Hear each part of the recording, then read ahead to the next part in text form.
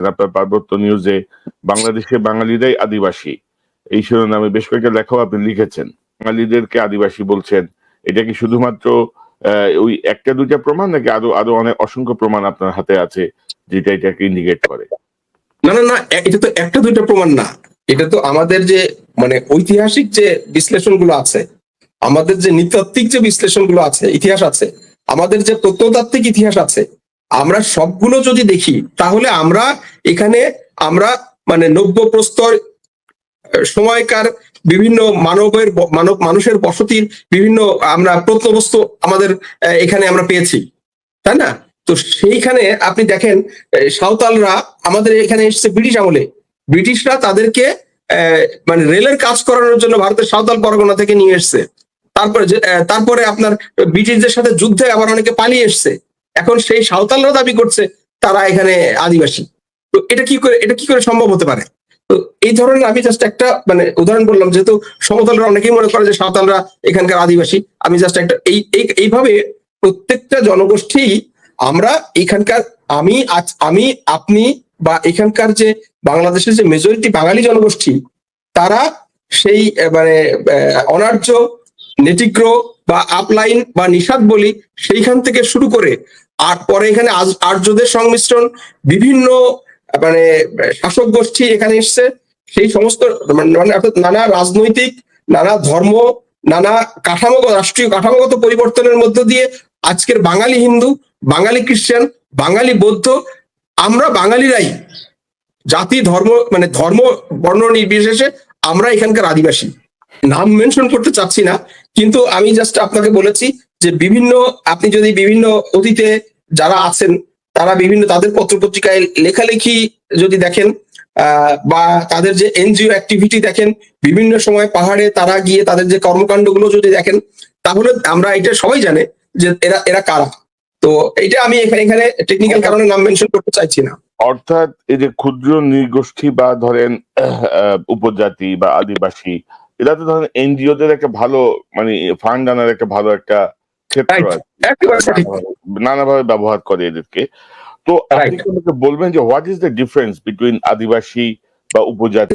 তারা একটা বড় সংখ্যক এই উপদেষ্টা পরিষদে আছে এবং তারা যখন তাদের মুখেও যখন এই আদিবাসী শব্দটা, যেটা বাংলাদেশ সংবিধানে নাই, বাংলাদেশ সরকার অন্তত 10টা প্রজ্ঞাপন জারি করেছে যে আদিবাসী বললে কি হবে, তো সেই বিষয়গুলো যখন তারা নিজেরা বলছে, তখন তাদের ভিতরে একটা মানে মানে যারা এই আন্দোলনের সমর্থক, তাদের ভিতরে একটা স্পৃহা তৈরি হয়েছে, চেতনা তৈরি হয়েছে, আত্মবিশ্বাস তৈরি হয়েছে যে আমরা যদি এখন বাংলাদেশ সরকারকে চেপে ধরতে পারি, তাহলে হয়তো আমাদের এই দাবিগুলো সরকার, এই ডিসপিউটেড দাবিগুলো সরকার মেনে নেবে।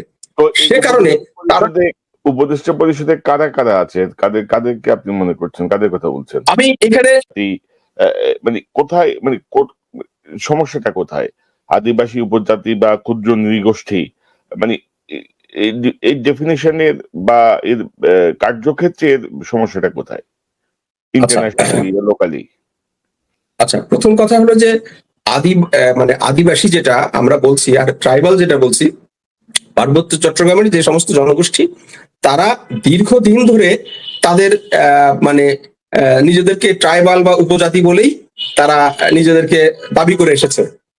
এবং এই জনগোষ্ঠীর আরেকটি অংশ যারা ভারতে এবং মিয়ানমারে আছে, তারাও সেখানে ট্রাইবাল স্ট্যাটাস মানে ভোগ করছেন এবং ট্রাইবাল স্ট্যাটাসের জন্য আবার এই যে কুকি তারা যে আন্দোলন করছে, তারাও কিন্তু ট্রাইবাল স্ট্যাটাসের জন্য আন্দোলন করছেন, মানে প্রিজার্ভের জন্য। তো তারা আবার তাদের একটা অংশ আবার আমরা দেখতে পাচ্ছি বাংলাদেশে বলছে না, তাদেরকে আদিবাসী দিতে চায়। এখন এটা কেন হলো? সেটা হলো যে আমরা তো শান্তি চুক্তিতে আমি আগেই বলেছি যে তারা উপজাতি হিসাবে মানে, এবং আমাদের যে কোটা ছিল, এখনো যে কোটা আছে সেটা উপজাতি কোটা হিসাবেই আছে। তো এর পরে যখন আইএলও কনভেনশন 169 আসলো আর জাতিসংঘের যে United Nation independence indigenous peoples declaration যখন আসলো, এইখান থেকে আসলে মানে মানে ইয়েটার বিরোধটা মানে শুরু হলো। এখানকার লোকজন তখন তারা নিজেদেরকে আদিবাসী হিসাবে দাবি করা শুরু করলো। এখন আদিবাসীর একটা সংজ্ঞা আছে যেটা মানে বিশ্ববিখ্যাত, মানে সারা দুনিয়া ব্যাপী মানে যেটাকে গ্রহণযোগ্য, একটা হলো নৃতাত্ত্বিক সংজ্ঞা। সেই নৃতাত্ত্বিক সংজ্ঞা হলো যে কোন অঞ্চলে যারা অনেক আগে থেকে মানে শরণাতীত কাল থেকে বসবাস করছেন, যেটা ইবি টাইলর তার মানে বইতে লিখেছেন, যে শরণাতীত কাল থেকে যারা বসবাস করছেন তারা এখানকার সেই অঞ্চলের আদিবাসী।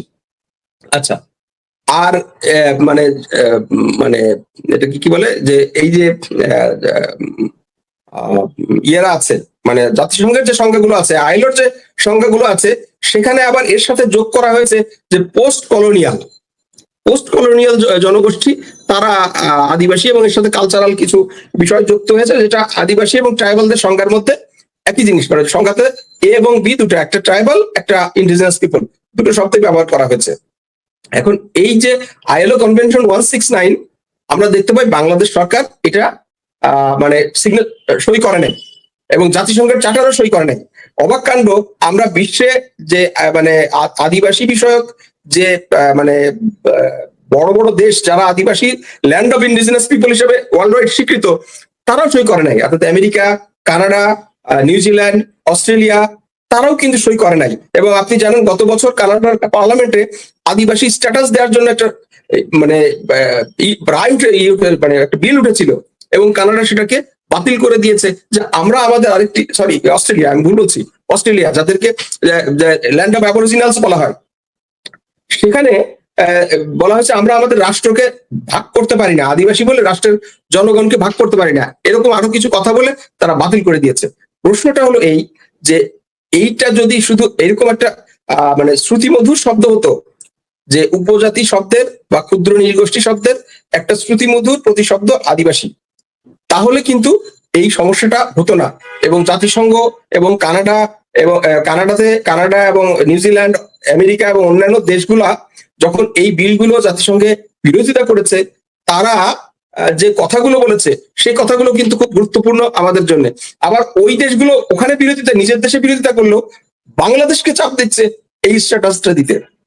কারণ কি, তারা যখন আদিবাসী স্ট্যাটাস পাবে, সেখানে তাদের বিশেষ করে ল্যান্ডের কিছু মানে প্রিজার্ভেশন তারা ভোগ করবে।